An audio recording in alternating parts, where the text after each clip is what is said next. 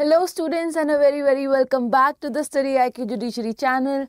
This is me Ishita and we are doing our TPA series. This is the part 3 of the TPA series and today we'll be discussing the MCQs along with the concepts. We have already done the part 1 and the part 2 of the TPA series, but now let us continue with the part 3. So as you can see behind me, this is my Telegram code and I want you to log in to your Telegram and scan this code and connect with me on my channel.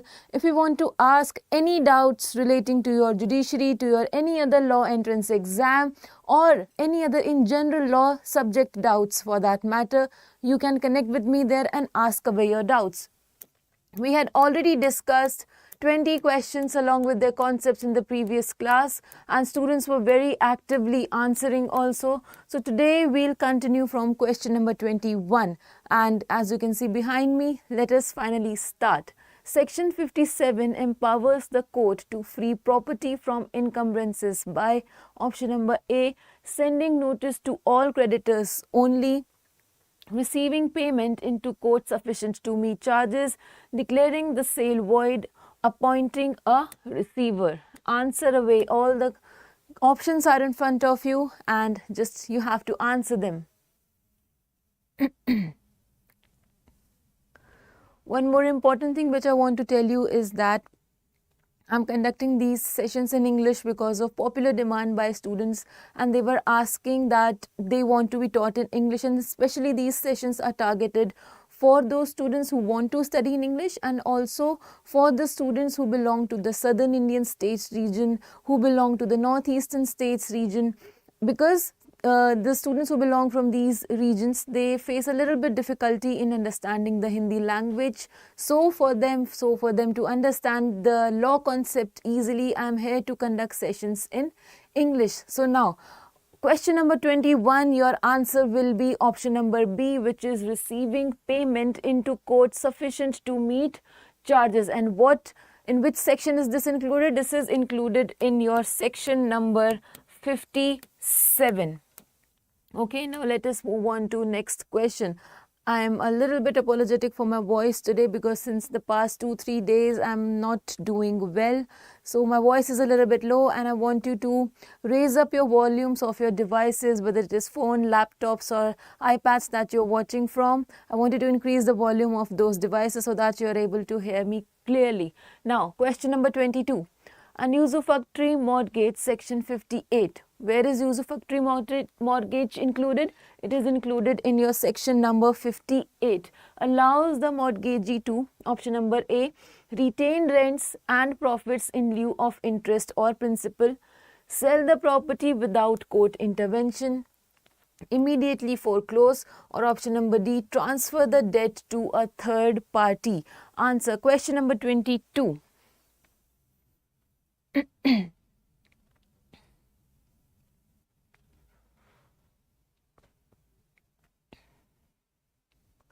In a usufructory mortgage, section number 58, it allows the mortgagee to retain the rent and profit in lieu of interest or principal when the interest or principal upon the mortgage is not paid, when the proper amount which is due is not paid, then it is the right of the mortgagee to already hold up any kind of profit, to already hold up any kind of rent or any kind of profit which is arising from that property in order to fulfill the debt which is due. So that is why option number A is your correct option. Question number 23, section 59 mandates that a mortgagee other than deposit of title deeds for rupees 100 or more must be in writing only by registered instruments signed and attested by 2 witnesses, notarized by a public notary, or option number D, registered only if contested. Answer away. Question number 23.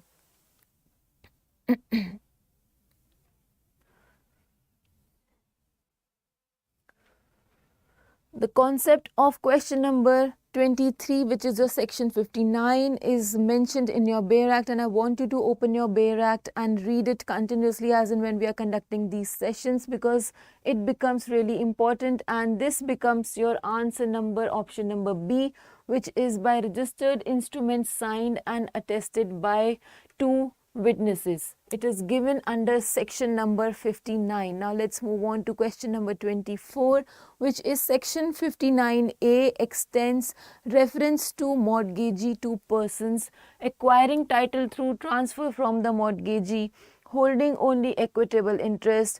Option number C, in possession under the underlease, and option number D, acting as the mortgager agent. Answer. Question number 24.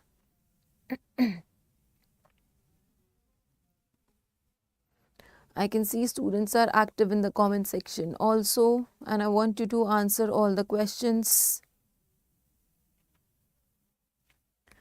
Question number 24, your answer becomes option number A, acquiring title through transfer from the mortgagee. Section number 59A extends references to mortgagee to persons acquiring title through transfer from the mortgagee. Let's move on to question number 25. Today's session, this is a little bit of a rapid fire kind of a session. We are continuously answering the questions. We are not wasting any extra time on unnecessary talks. Now, let us continue with question number 25. The right to redeem section, which is right to redeem, is mentioned under section 60, arises when the mortgage money has become due, registered, partly paid, secured by a second mortgage. Answer. Question number 25.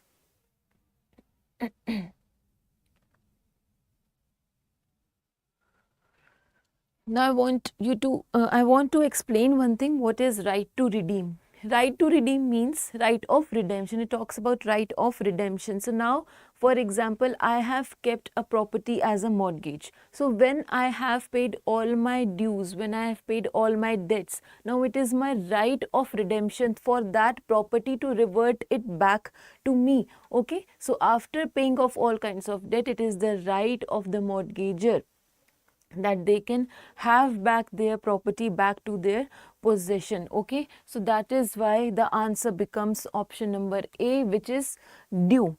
Okay, let us continue with question number 26. Question number 26 is, under section 60A, a mortgager may require the mortgagee to assign the mortgage debt to a third party instead of retransferring to the mortgager when the mortgager is an insolvent, conditions precedent are fulfilled, the mortgagee is in possession. Option number D, the deed is unregistered. Answer. Question number 26.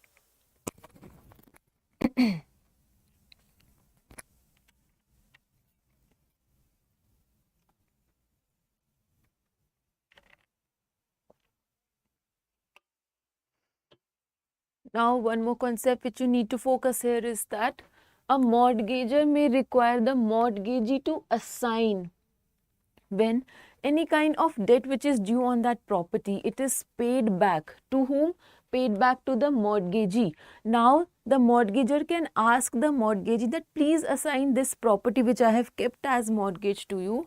Please assign this property to a third party. I don't want the property back. I want it to be assigned to a third party. So now that property becomes issueless.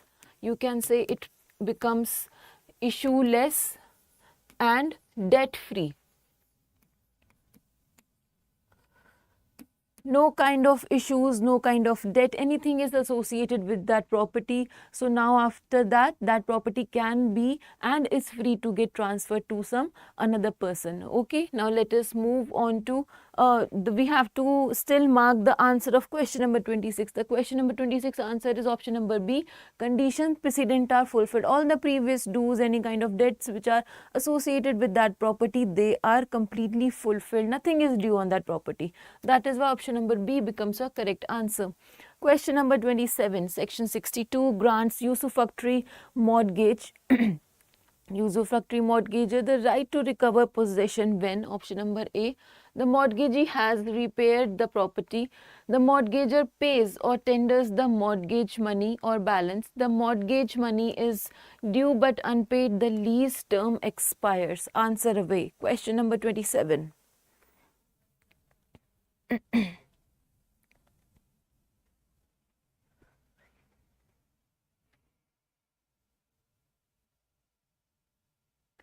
Question number 27, your answer becomes option number B. The mortgager pays or tenders the mortgage money or balance. Okay, let's move on to the next question. That is a question number 28. Under section 65, in absence of contract, the mortgager is deemed to covenant to option number A, pay all revenue charges when due, redeem only a portion of the property, assign the mortgage for value, or option number D, sublet the property. Question number 28 on your screens now.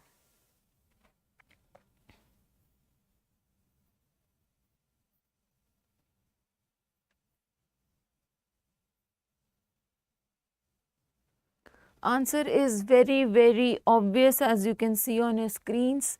Under section 65, in absence of contract, the mortgager is deemed covenant to pay all revenue charges when due. That is why option number A is your correct answer.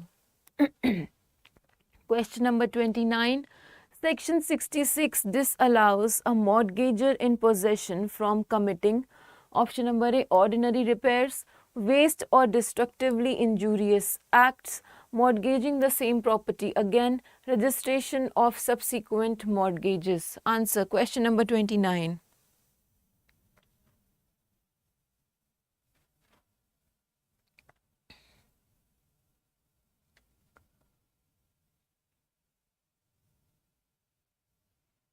The answer is very simple. It is written in your section number 66 also, and your answer becomes option number B, waste or destructively injurious acts. Let's move on to question number 30. In absence of contract, section 67 gives the mortgagee a right to seek a decree for immediate sale without notice, foreclose or sale after mortgage money becomes due, subrogation or temporary injunction. Question number 30. Answer away.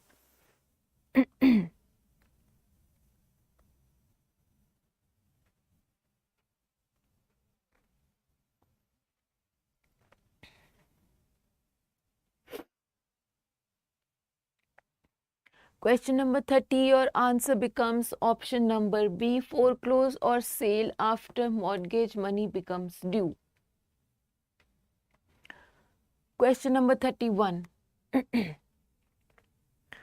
Section 69A allows the mortgagee to appoint as receiver. Just give me 2 seconds, students. I just need to drink a little bit of water.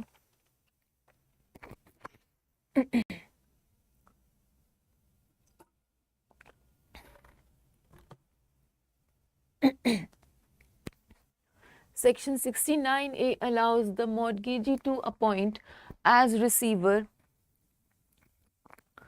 any person named in deed or approved by mortgager or court.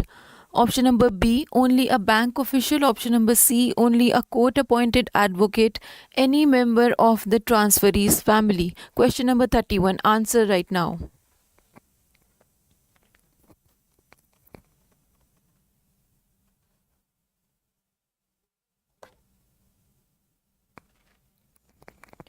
Question number 31, your answer becomes option number A, any person named in the deed or approved by mortgager or the court.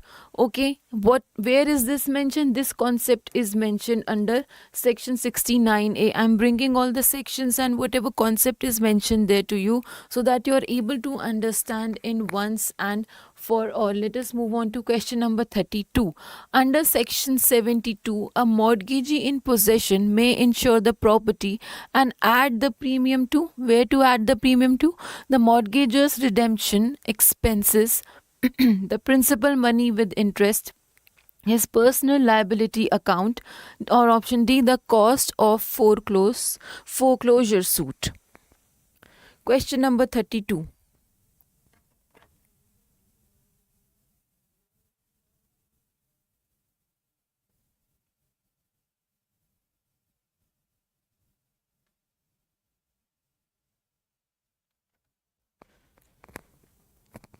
Question number 32, your answer is option number B, the principal money with interest. Where is this mentioned? Under section 72.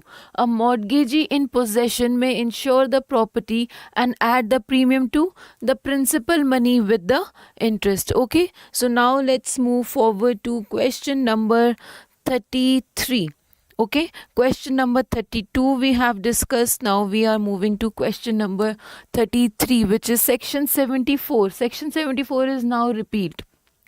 Sometimes these kind of questions are also asked in the exams, so students, you must be aware that what kind of amendments have been made. Okay, so now we'll answer this question number 33. Section 74 now repealed originally dealt with the rights of mezzanine mortgages to pay off prior mortgagee in default, mortgagers' right to subrogation, receivers' commission. Question number 33, answer.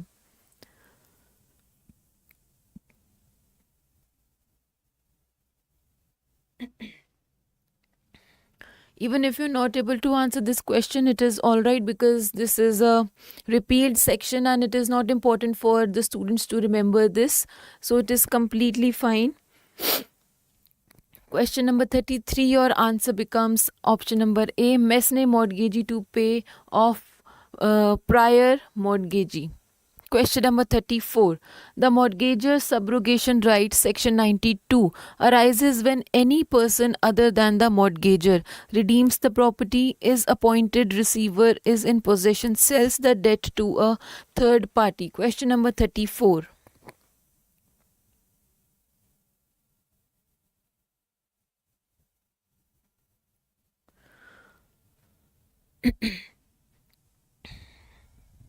The mortgager's subrogation's right arise when any person other than the mortgager redeems the property. Answer becomes your option number A, redeems the property. Okay.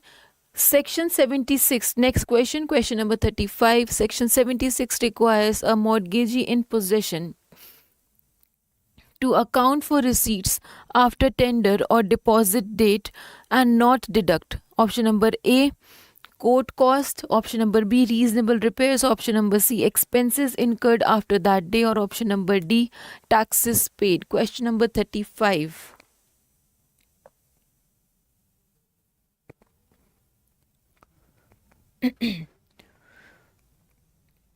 Question number 35, your answer is expenses incurred after that day. And where is all these things mentioned?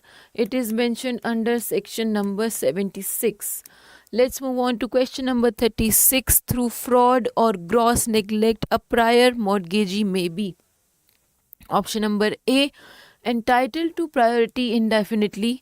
Option number B, postponed to a subsequent mortgagee. Option number C, appointed as receiver. Option number D, entitled to immediate foreclosure. Question number 36.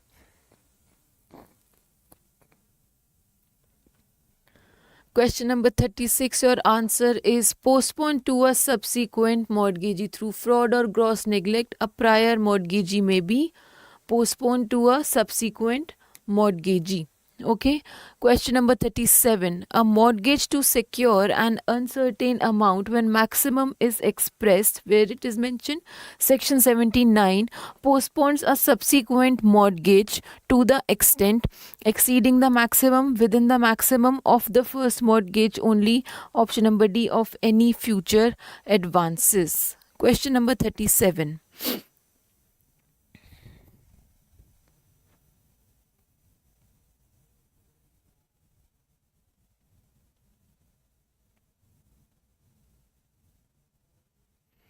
Question number 37, your answer is option number B, which is within the maximum. Question number 38.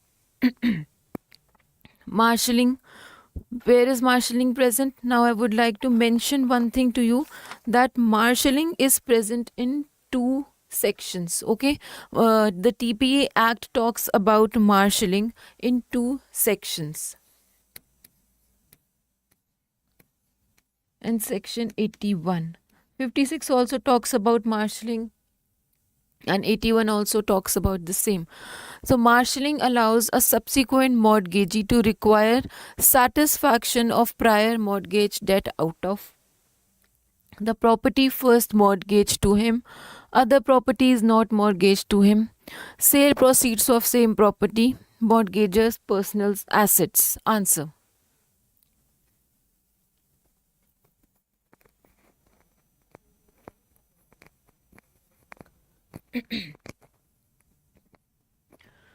Obviously, when the mortgagee has to take out his debts, mortgagee has to take out his costs. So then mortgagee to require satisfaction of prior mortgage debt out of any other property. From any other property, the debt can be taken out. That is why your answer is option number B. Question number 39. Contribution where is it mentioned? It is mentioned under section 82. Imposes liability on co-owners to contribute to mortgage debt. Option number A, according to contractual provisions only, relatively according to value after prior charge, equally regardless of share, only when specified in the deed. Answer.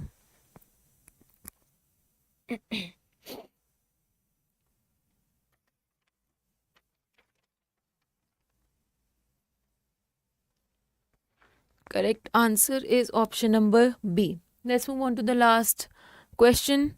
The question is on your screen.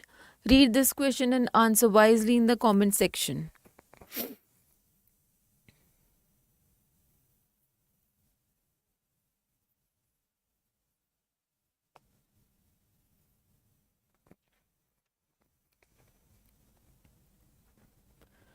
Question number 40. Your answer is option number B. Immediately upon execution of the instrument. So students, like I mentioned in the starting of the session, that today unfortunately I'm not doing well since the past 2-3 days. I think I've caught a flu or something. So if you can bear with me, that was it for this session. This is my Telegram code. I want you to scan this and join with me there. Ask your doubts which is related to this session also, or even to the previous session also, or any other law related subject query you might have. And that was it for this session. This was me, Ishita. Thank you so much for joining in with me. Take care. Bye bye.